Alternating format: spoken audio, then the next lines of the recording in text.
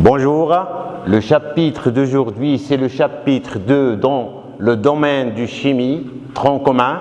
Il s'agit de l'extraction, séparation et identification des espèces chimiques. Dans le chapitre 1, on a défini la notion de l'espèce chimique. Donc on a défini qu'une espèce chimique est un ensemble d'entités chimiques identiques. Il est caractérisé par un nom, il est caractérisé par une formule chimique, et il est caractérisé aussi par des propriétés chimiques. Donc la leçon d'aujourd'hui, c'est comment extraire, comment séparer, comment identifier les espèces chimiques. Alors, pour extraire et pour séparer et pour identifier les espèces chimiques, on va citer quelques techniques d'extraction. Donc on dit qu'on réalise l'extraction d'un produit contenu dans un mélange si on parvient à le faire sortir de ce mélange. De nombreuses, bien sûr, techniques sont été utilisées. Alors là, qu'est-ce que ça veut dire extraire une espèce chimique d'un mélange? Ça veut dire la faire sortir. Ça veut dire isoler cette espèce chimique de son milieu. Alors, de nombreuses techniques utilisées là, je peux indiquer dans un premier temps l'enfleurage. Donc, l'enfleurage, il consiste à extraire naturellement le parfum des fleurs grâce à l'absorption effectuée par des corps gras. Donc, c'est une méthode très ancienne qu'on utilise, utilisée par l'homme depuis l'Antiquité pour extraire les espèces chimiques en utilisant les corps gras et aussi l'alcool. Alors, le pressage aussi, c'est une technique d'extraction. Cette opération, bien sûr, consiste à faire sortir, bien sûr, je parle de pressage, cette opération consiste à faire sortir un produit en exerçant une pression. Ça veut dire l'exemple le plus courant, c'est le pressage d'olive pour obtenir de l'huile. Donc, on a beaucoup de techniques pour extraire. Je peux citer aussi là l'extraction par solvant ou bien l'hydrodistillation. Donc, le but ici des techniques d'extraction, j'ai cité seulement quelques techniques. Le but, c'est d'extraire les espèces chimiques, par exemple, de la nature.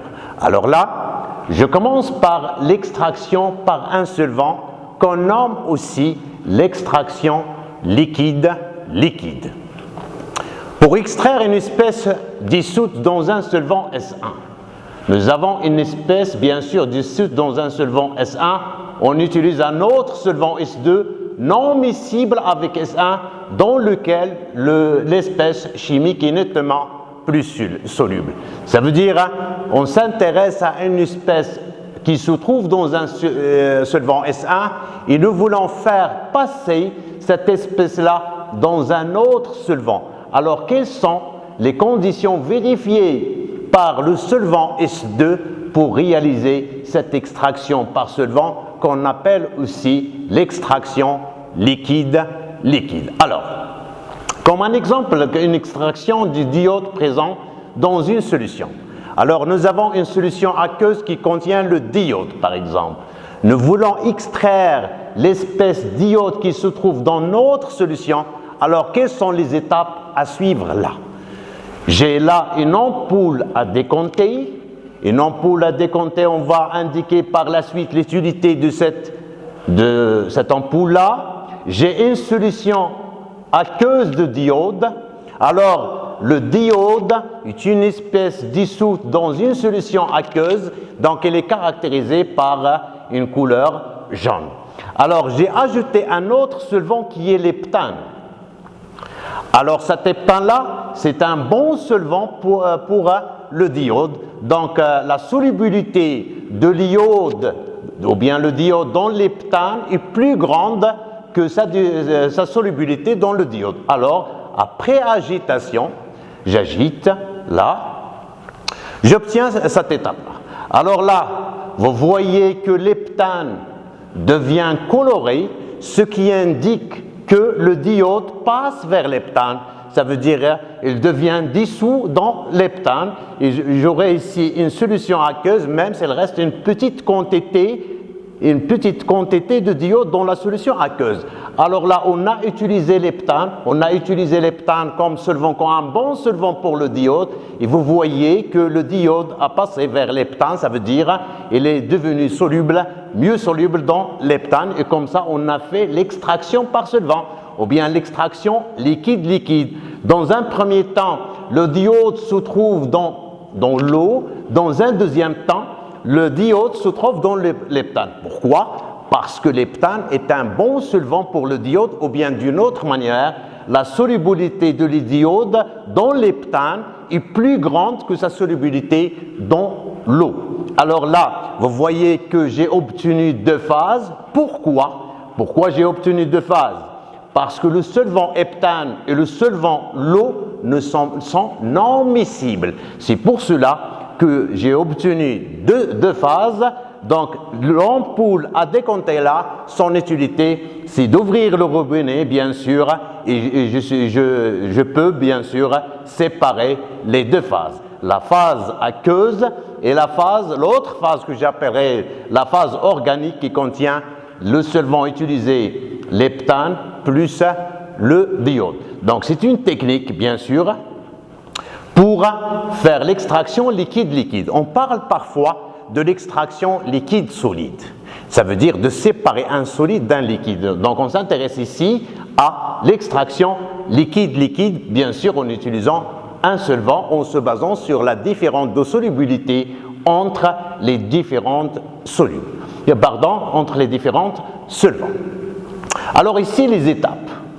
Les étapes ici pour faire une extraction liquide-liquide, j'ai une ampoule à décompter qui contient une solution aqueuse, bien sûr l'eau plus l'espèce à extraire. J'ai ici un bécher là. Dans l'Erlenmeyer, j'ai le solvant S. Donc le solvant S que je veux utiliser ici pour faire l'extraction là. Donc j'ajoute à l'aide de cet Erlenmeyer le solvant que je dois utiliser pour faire passer l'espèce à extraire du solvant eau vers notre solvant du tube.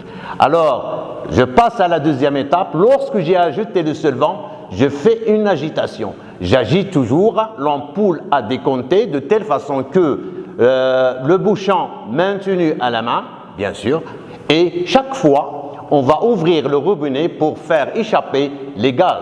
Donc cette opération est appelée le dégazage. Donc le dégazage, c'est les gaz obtenus à l'intérieur de l'ampoule lorsqu'on agite le mélange pour avoir un mélange assez agité. Alors les étapes, c'est les étapes utilisées pour bien sûr faire l'extraction liquide-liquide. Alors je passe à la troisième étape, c'est la troisième étape de la séparation. Je laisse le mélange se reposer dans l'ampoule à décompter et comme ça j'aurai 2 phases. La phase d'en haut, c'est la phase que j'appellerai la phase organique qui est le solvant S plus l'espèce à extraire. Et en bas de l'ampoule à décompter, c'est la phase aqueuse qui est le solvant, qui est l'eau. Mais ici, j'ai la phase organique en haut. Donc ici, c'est le phénomène de densité. Si le solvant utilisé a une densité inférieure à celle de l'eau qui est 1, donc on aura la phase organique bien qui surnage. Et si vous avez le cas contraire, c'est la densité du solvant utilisé est plus grande que 1, c'est la phase aqueuse qui va surnager, qui va être en haut. Donc on va séparer, dans la suite, on va séparer les 2 phases. On va séparer la phase organique de la phase aqueuse là. Donc, puisque à l'équilibre de ce mélange-là, ici en haut, j'ai la phase organique, puisque la densité du solvant, comme j'ai dit, est inférieure à 1, la phase aqueuse en bas. Donc, en ouvrant le robinet dans un premier temps, on peut récupérer dans un bécher la phase aqueuse et dans un deuxième temps, dans un deuxième bécher, on va récupérer la phase organique qui contient le solvant choisi, bien sûr, le solvant choisi et bien sûr, et l'espèce à extraire. Donc on a obtenu, voilà, on a fait une extraction, on a fait passer une espèce à extraire de la solution aqueuse au solvant utilisé là, ici dans la phase organique. Donc le problème ici qui va, comment peut-on extraire ou bien comment peut-on séparer l'espèce voulue du solvant. Alors là, ces étapes-là, donc pour faire l'extraction liquide-liquide, le choix du solvant est très important. Il faut que le solvant ne doit pas être, ils sont non miscibles avec, bon, le solvant est non miscible avec l'eau pour avoir deux phases. Et que, dans un deuxième temps, une autre propriété très importante, c'est que l'espèce à extraire, la solubilité de l'espèce à extraire est plus grande dans le solvant utilisé. Et la troisième propriété qui est très importante, c'est qu'il faut que la température d'ébullition du solvant soit beaucoup plus petite à celle de l'espèce à extraire. Donc le choix, c'est que le solvant doit être volatile. Ça veut dire qu'il passe facilement de l'état liquide à l'état gazeux à des températures basses. Alors là, donc l'extraction liquide-liquide est une technique très importante, bien sûr, pour faire passer, entre guillemets, pour faire passer une espèce d'un liquide vers un autre.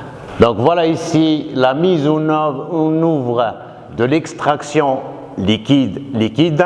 Donc en conclusion que vous devez avoir, pour extraire une espèce chimique d'un mélange, il faut ajouter un solvant non miscible au mélange et dans lequel la solubilité de l'espèce à extraire est plus grande que dans le mélange.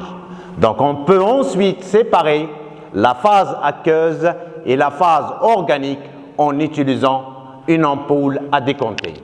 En choisissant un solvant ayant une température d'ébullition plus faible que la substance à extraire, que l'espèce à extraire, on peut l'éliminer facilement en chauffant le mélange et ainsi isoler la substance à recueillir.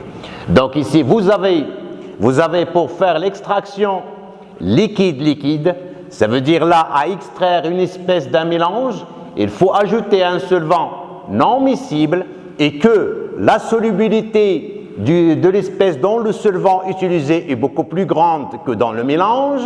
Et bien sûr, l'ampoule à décompter, l'utilité de l'ampoule à décompter, c'est à séparer les deux phases, la phase aqueuse et la phase organique.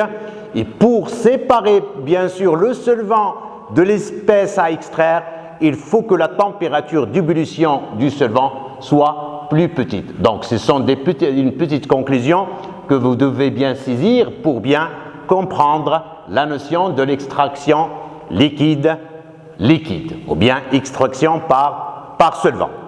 La deuxième méthode, c'est l'hydrodistillation. Une hydrodistillation, je vais expliquer par la suite l'hydrodistillation après avoir indiqué le montage utilisé au laboratoire pour faire une hydrodistillation. Donc la verrerie utilisée en chimie, bien sûr. Nous avons ici un ballon qui va contenir un mélange réactionnel. Donc ici, vous avez un chauffe-ballon qui va chauffer le milieu bien sûr réactionnel. Vous avez un thermomètre pour savoir la température du milieu réactionnel. Ici, vous voyez qu'on va chauffer à ébullition. Et ça veut dire qu'il y a une vapeur, bien sûr, qui va monter. Donc, on va indiquer cette température-là. Ici, vous avez le réfrigérant. Le réfrigérant, c'est un milieu à température basse. Ça veut dire qu'on le refroidit par une entrée d'eau et par une sortie d'eau. Et bien sûr, là, quelle est l'utilité de ce réfrigérant-là, le 2 là, c'est de condenser la vapeur qui vient du mélange réactionnel. Ça veut dire de condenser la vapeur, de la faire passer de l'état liquide à l'état gazeux. Et comme ça, dans une éprouvette, on peut récupérer le distillat, le mélange, qui est bien sûr qui contient l'eau et l'espèce qui se trouve bien sûr dans les plantes utilisées par exemple. Voilà, c'est le montage expérimental utilisé au labo pour faire l'extraction d'une huile essentielle, par exemple huile essentielle de la lavande, de la menthe, bien sûr. Il y a trop de techniques à faire là. Alors là, la définition qu'on peut donner à l'hydrodistillation. L'hydrodistillation, bien sûr, c'est une méthode d'extraction dont le rôle, bien sûr, est d'entraîner les composés volatiles des produits naturels avec la vapeur de l'eau. Supposons qu'on met ici là, donc on met là ici les feuilles de la lavande. Alors on porte le mélange à ébullition et comme ça la température casse les molécules. Les molécules les plus volatiles sont bien sûr entraînées par la vapeur d'eau. Donc nous aurons une vapeur saturée de l'huile essentielle des molécules volatiles du produit utilisé. Et comme ça on peut faire une condensation pour bien sûr obtenir le distillat qui est un mélange qui contient l'huile essentielle voulue. Alors là, pour distiller, il faut bien savoir distiller un montage d'hydrodistillation. Le montage d'hydrodistillation, bien sûr, vous voyez là, toujours, vous avez un chauffe-ballon, ici un thermomètre, un réfrigérateur, les potences et une éprouvette pour récupérer, bien sûr, le distillat qui est un mélange de l'huile essentielle. Donc le 1, c'est un chauffe-ballon. 2, bien sûr, c'est l'eau plus les pierres ponces. Je vais indiquer par la suite l'utilité des pierres ponces. 3, c'est un thermomètre.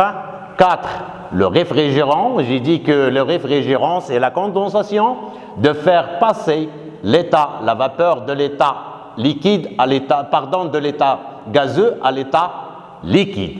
Donc ici, on est arrivé à dire 4, le réfrigérant.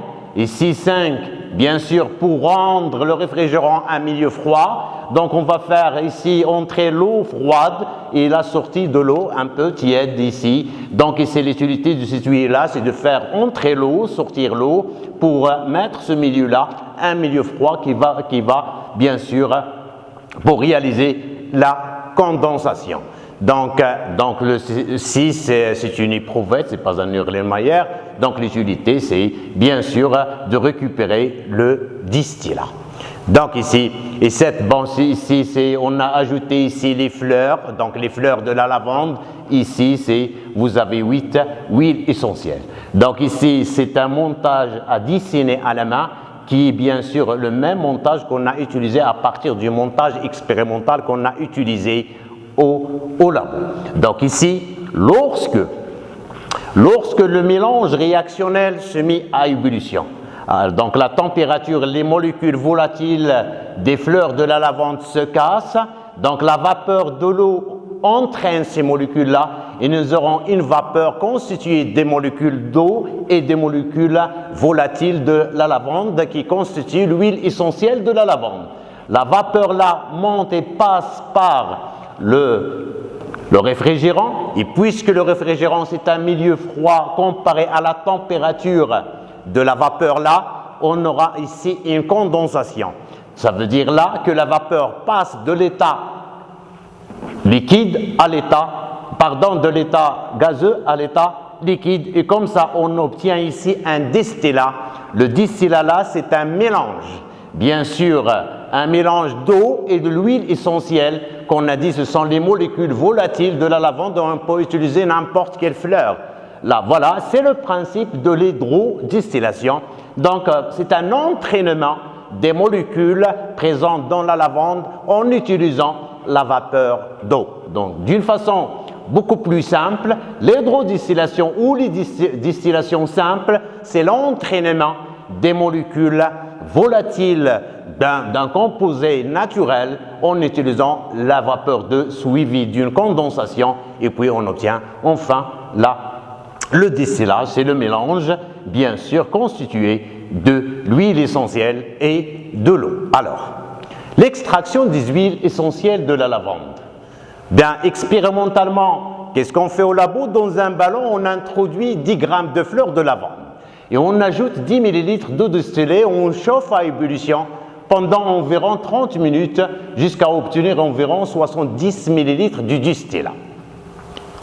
Alors là, après on réalise l'extraction, et donc on a obtenu un distillat, ça veut dire un mélange de l'huile essentielle et de l'eau Donc s'ils sont, bien sûr, s'ils forment un mélange homogène, il faut faire une extraction. Donc après, on réalise l'extraction de cette huile essentielle à l'aide d'un solvant organique. Ici, le cyclohexane est un bon solvant pour l'huile essentielle de la lavande. Donc ici, bien sûr, pourquoi on a choisi le cyclohexane, comme vous voyez ici. Donc ici, la solubilité dans l'eau salée, dans le cyclohexane ici, l'huile essentielle, vous voyez que la solubilité dans l'eau est faible, dans l'éthanol soluble en proportion. Et la densité du cyclohexane est égale à 0,79.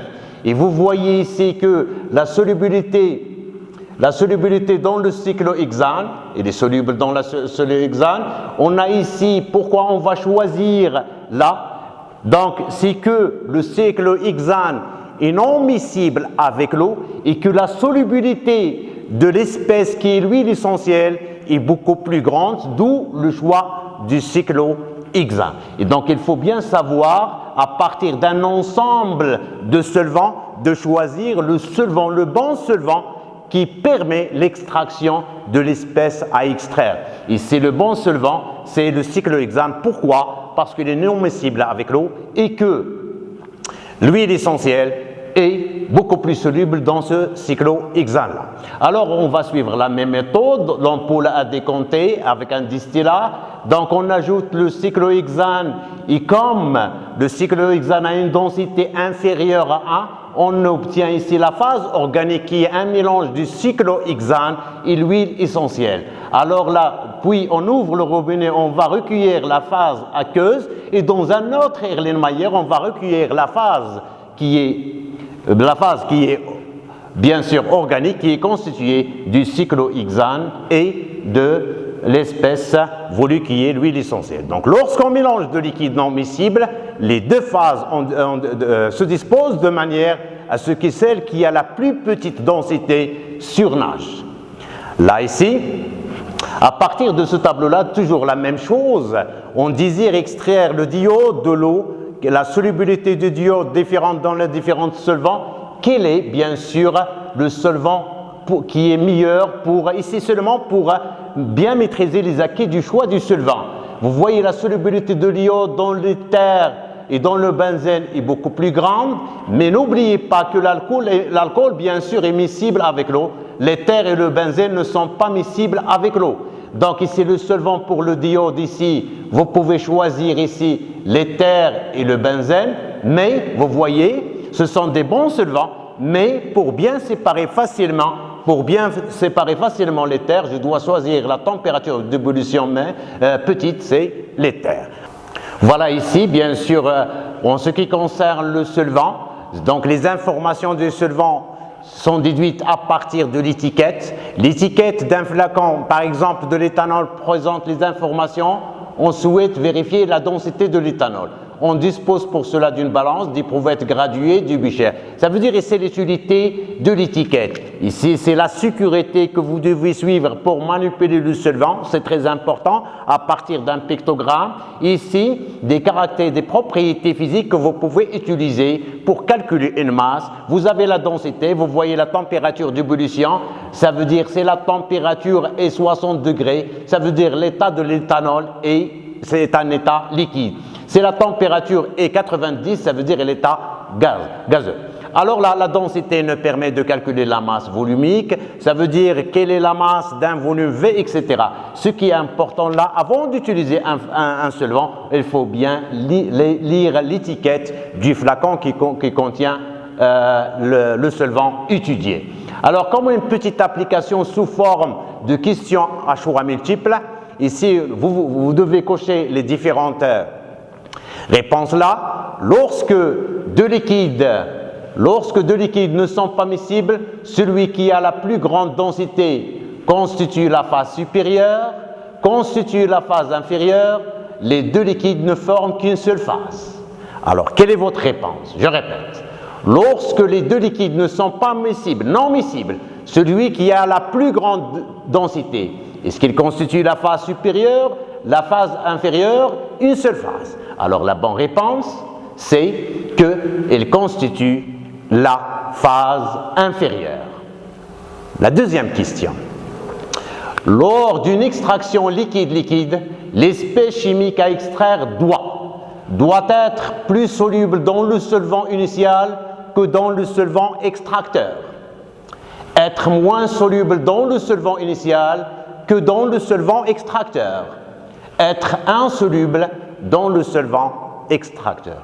Alors, quel est le choix? Quel est votre choix? Bien sûr, être moins soluble dans le solvant initial que dans le solvant extracteur. Ici, c'est bien sûr les propriétés du solvant. Donc, il faut que la solubilité de l'espèce à extraire doit être plus grande dans le solvant utilisé. La troisième question. Une hydrodistillation est un entraînement à la vapeur d'eau, est une extraction à l'aide d'un solvant organique, consiste à extraire une espèce chimique miscible à l'eau, consiste à extraire une espèce chimique non miscible à l'eau. À partir de notre explication, vous pouvez répondre facilement qu'une hydrodistillation est un entraînement de la vapeur d'eau et de l'espèce qui se trouve dans les feuilles utilisées. Alors la dernière question. Pour extraire une espèce chimique dissoute dans l'eau, le solvant d'extraction doit être non miscible avec l'eau, soluble dans l'eau, de densité différente de celle de l'eau, de densité supérieure à celle de l'eau. Bien sûr, toujours les caractéristiques d'un solvant. Donc, pour extraire une espèce chimique dissoute dans l'eau, le solvant d'extraction doit être, bien sûr, non miscible avec l'eau et que sa densité est différente de l'eau. Donc, notre chapitre, la première partie de ce chapitre se termine là et merci et à la prochaine fois.